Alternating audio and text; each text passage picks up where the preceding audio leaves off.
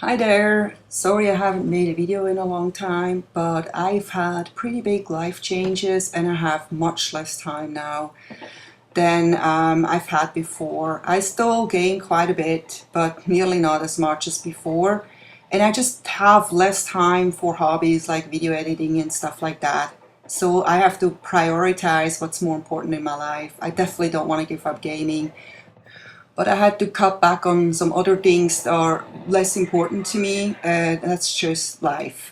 So I'm sorry if the quality of this video is not that great, but as you have probably seen from some other videos, I do not play on a TV, so I cannot use a capture card. My Xbox is hooked up to a projector and I play on a 120-inch screen.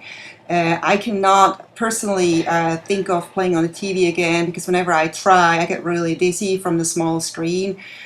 And I really love to play on a big screen because you feel so much like you're inside the game, something that you can never feel like on a TV. And it's definitely much cheaper than any really big TV.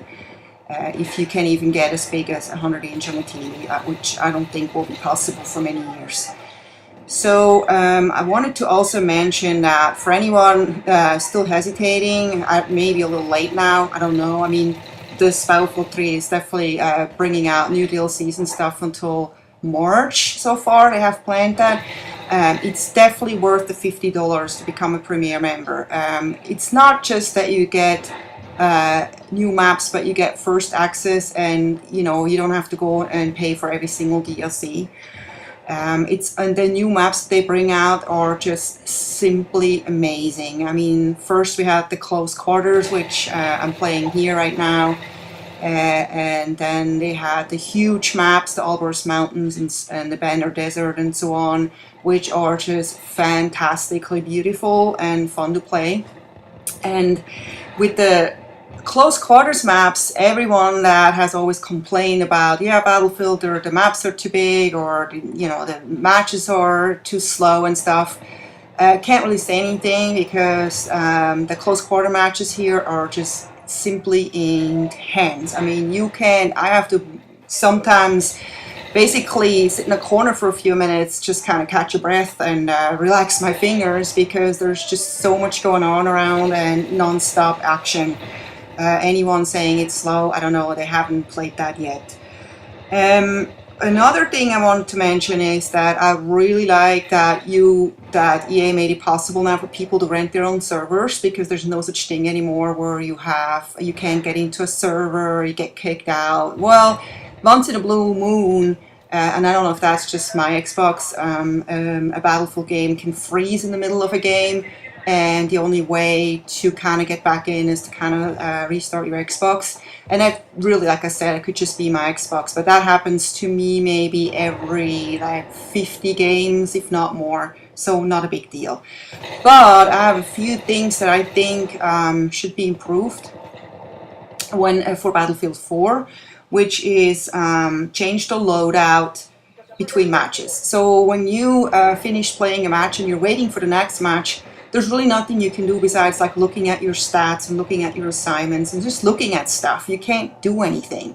And a lot of times you have all this time on your hands in between the matches where you would like to maybe change your loadout, change your camo, just kind of change things around a little bit, but you can't do anything. And I think that's something that they should improve.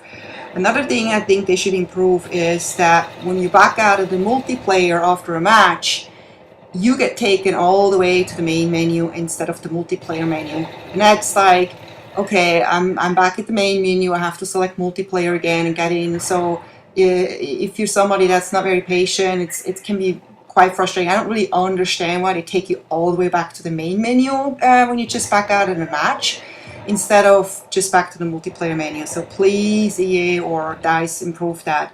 Another thing that is very frustrating and has me made back out of matches, I usually don't back out of matches, but when that happens I do, is the spawn trapping. When you play Conquest, it can even happen in Rush, but I play mostly Conquest.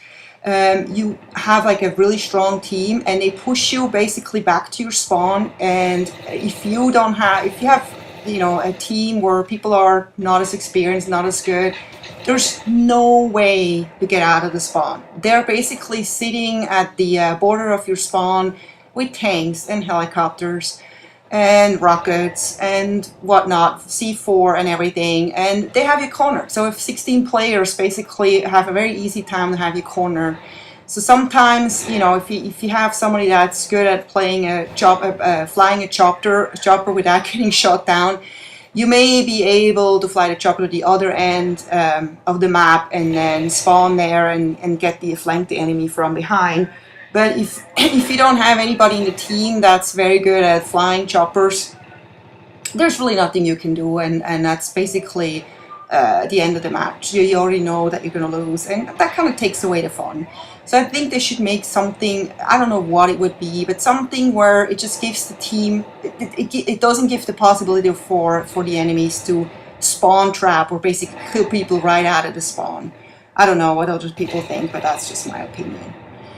So I have personally rented a server too, just to see what it's like. Also because I like to, when you have your own server, you have a possibility to get in and kind of practice flying the choppers and flying the jets and just run around or check out maps and just see what, you know, without getting shot, kind of check out, you know, good spots to flank the enemy and stuff like that.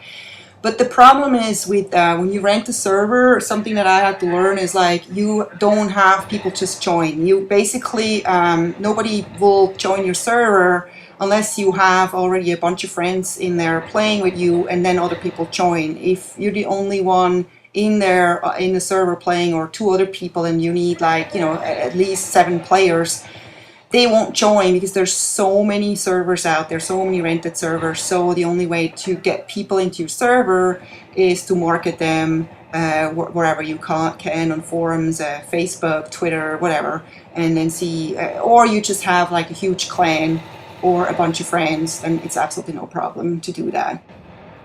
About the maps, there's definitely maps I prefer over others, or maps I try avoid to play whenever I can.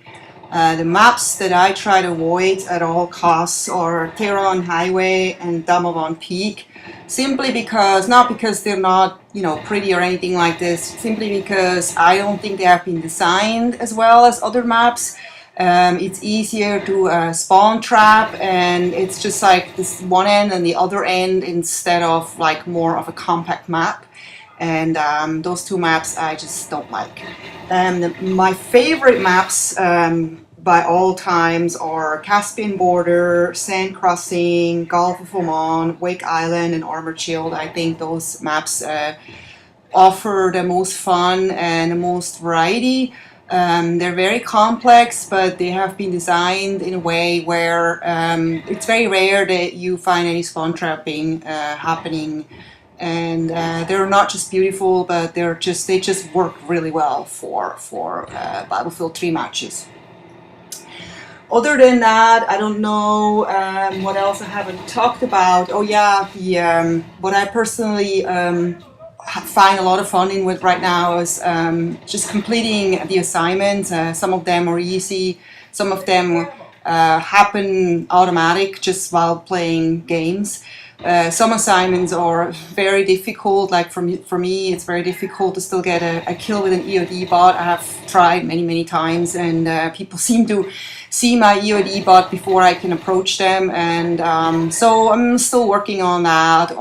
There's a few other things like sniper rifle assignments. I've never really been good with a sniper rifle, besides in Battlefield 1943, which is still, I think, a game that I could pick up anytime and play again. That was a very unique game where you had very few different weapons, and I think what made it so special is because it was so simple, but the maps were so beautiful.